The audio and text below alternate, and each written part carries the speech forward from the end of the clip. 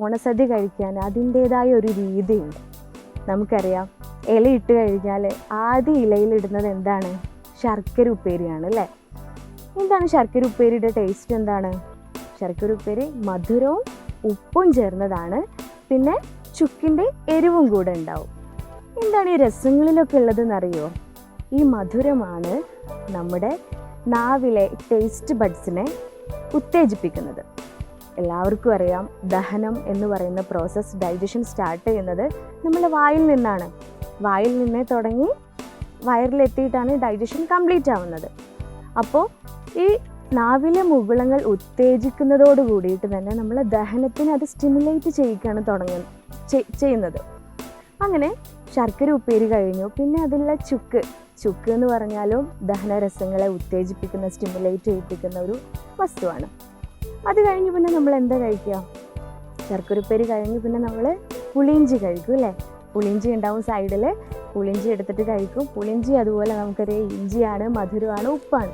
ഈ 3 രസങ്ങളും വീണ്ടും നമ്മളെ ടേസ്റ്റ് ബഡ്സിനെ സ്റ്റിമുലേറ്റ് ചെയ്യും. അത് കഴിഞ്ഞ് പിന്നെ നമ്മൾ കുറച്ച് ചോറ് നെയ്യ് ഒഴിച്ചിട്ട് കഴിക്കും. ശകലം ചോറെടുത്തിട്ട് നെയ്യ് ഒഴിച്ച് കഴിക്കും. നെയ്യ് എന്താ ചെയ്യുന്നത്? ദഹനരസങ്ങളെ ഉത്തേജിപ്പിക്കും. അഗ്നിയെ വർദ്ധിപ്പിക്കുക എന്ന് പറയുന്നതാണ് നെയ്യ് ചെയ്യുന്ന കർമ്മം. ഇതും എന്താണ്? അഗ്നി ഇല്ലാതെ ഭക്ഷണം ദഹിക്കില്ലല്ലോ. അങ്ങനെ അത് കഴിഞ്ഞ് പിന്നെ നമ്മൾ ഭക്ഷണം കഴിച്ച് തുടങ്ങുകയാണ്. ചോറ് ഒരുപാട് കൂട്ടാനുകളുണ്ടാവും. എന്തൊക്കെയാണ്? മെയിൻ കറി ആയിട്ടുള്ള സാമ്പാർ, അവിയൽ, തോരൻ, അങ്ങനെ ഒരുപാട് കൂട്ടാനുകൾ വെച്ചിട്ട് നമ്മൾ കഴിച്ചു തുടങ്ങുകയാണ്. ഇതിൽ നമ്മൾ ആദ്യം കഴിക്കുന്നത് മധുരപ്രധാനമായിട്ടുള്ള കൂട്ടാനുകളാണ് അല്ലേ? എല്ലാവരും മധുരപ്രധാനമായിട്ടുള്ള കൂട്ടാനാണ് ആദ്യം കഴിക്കുക. കാരണം മധുരമാണ് ഏറ്റവും ആദ്യം ദഹന പ്രക്രിയ പ്രോപ്പറായിട്ട് നടക്കാൻ വേണ്ടിയിട്ട് നമുക്ക് വേണ്ടത്. അത് കഴിഞ്ഞ് നമ്മൾ സാമ്പാർ ഒഴിച്ച് ഭക്ഷണം കഴിച്ചു തുടങ്ങി. അങ്ങനെ ഏകദേശം ഊണ് കഴിയാറായി. അവസാനമാണ് നമ്മളെല്ലാവരും ഏറ്റവും കൂടുതൽ ഇഷ്ടപ്പെടുന്ന പായസം അല്ലേ? നല്ല ശർക്കരയും തേങ്ങാപ്പാലും ചേർത്ത് വെച്ച പ്രഥമനാണെങ്കിൽ അത്രയും ആരോഗ്യദായകമാണ്. നമുക്കറിയാം, ഏറ്റവും നല്ല പാലിനേക്കാൾ ഏറ്റവും ശുദ്ധമായത് തേങ്ങാപ്പാലാണ്. പായസങ്ങളുടെ കൂട്ടത്തിൽ ഏറ്റവും ഹെൽത്തി ആയിട്ടുള്ളത് പ്രഥമൻ തന്നെയാണ്.